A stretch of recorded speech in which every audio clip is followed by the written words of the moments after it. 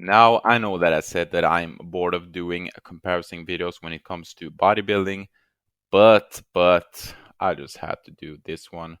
I know that pretty much every bodybuilding fan has been waiting to see how this 2021 NPC Nationals version of Carlos Thomas Jr.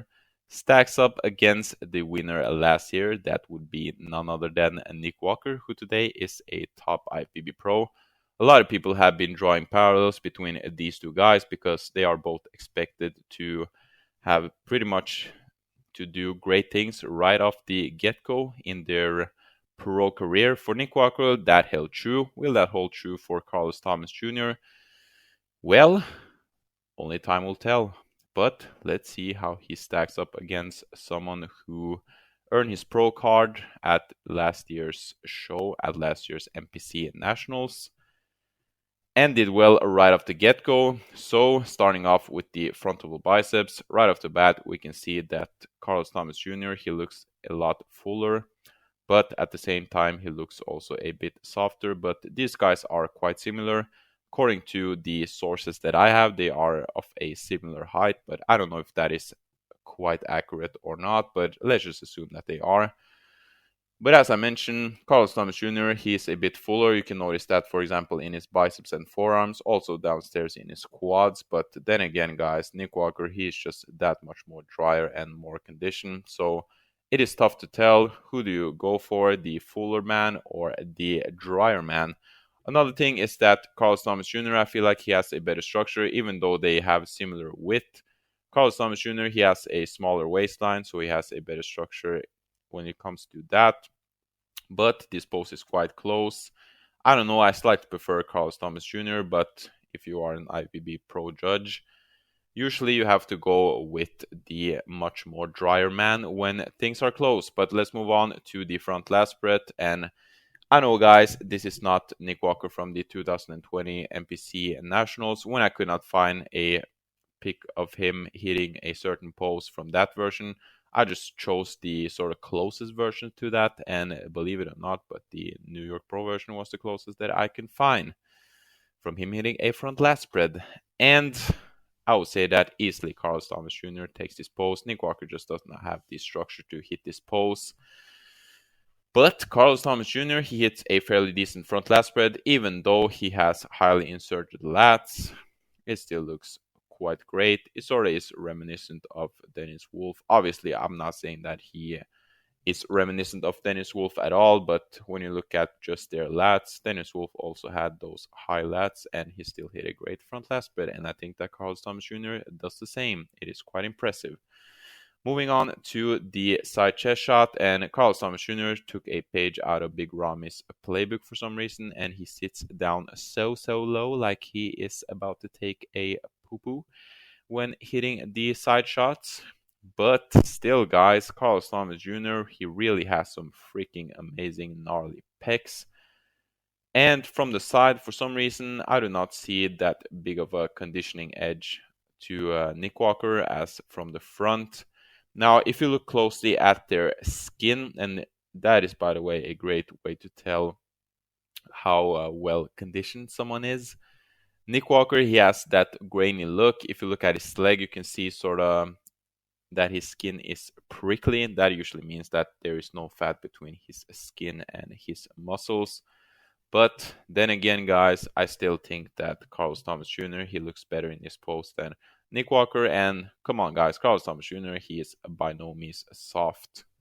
Moving on to the side triceps, and this is in reverse when it comes to, or in comparison to the side chest, because even though Carlos Thomas Jr., he still looks thicker from the side, I think that he sort of looks like he's struggling a bit to hold this pose. Meanwhile, Nick Walker executes this flawlessly, and also I feel like Nick Walker has a slightly better triceps. And when it comes to this shot, also downstairs in the legs, obviously it's unfair because I'm using a pro version of Nick Walker, but he still has more separation in his wheels, and I'm sure that also would have held true for his 2020 NPC Nationals version because he came in quite ripped in that version as well.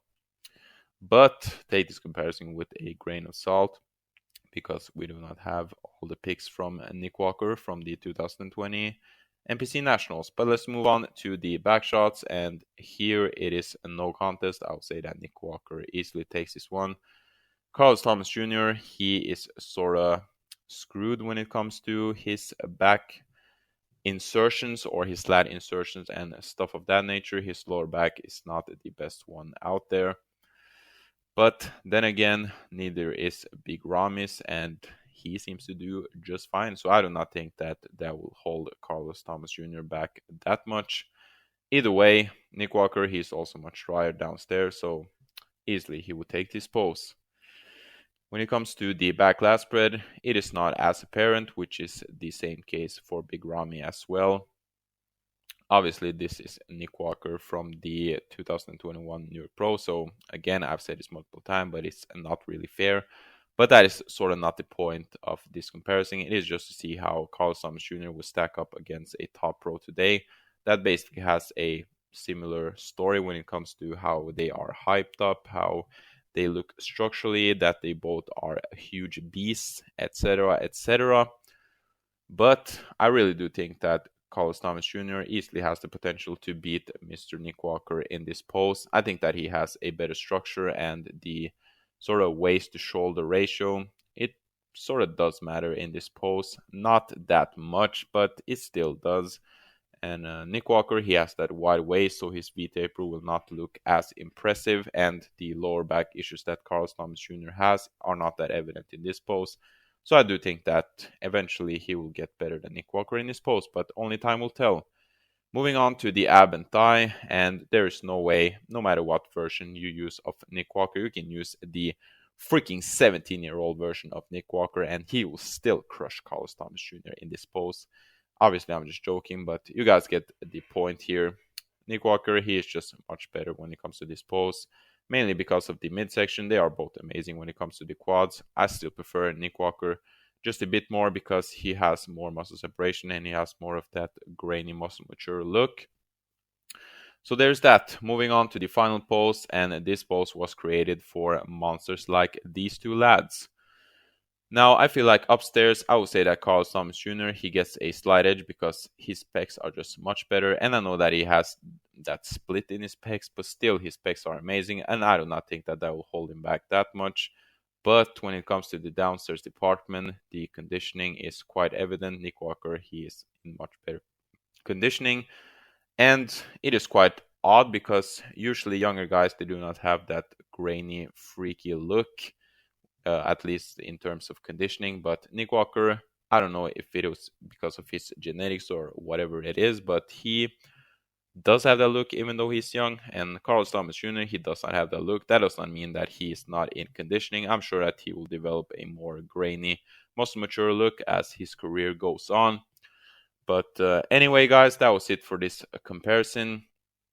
Now, obviously, if you would hold my feet to the fire, I would say that the IPB judges would probably give a slight edge to Nick Walker, mainly due to the conditioning, but these two guys are absolutely amazing. And does this mean that Carlos Thomas Jr. will get successful in the IPB right off the bat like Nick Walker did? Well, that's not necessarily the case because Nick Walker has been consistently making improvements since the 2020 NPC Nationals, and that might not be the case for Carlos Thomas Jr., but even though he might not be successful right off the bat, I believe that eventually, just like Nick Walker, he will be a top 5 Olympian as long as he does not sort of catch a crazy injury or something like that, some major health issues. Hopefully he does not. That was it for this video, guys. I feel like this was a really interesting comparison, so that's why I did it. I hope you guys enjoyed it as much as I did making it. That's it for this video. Love you.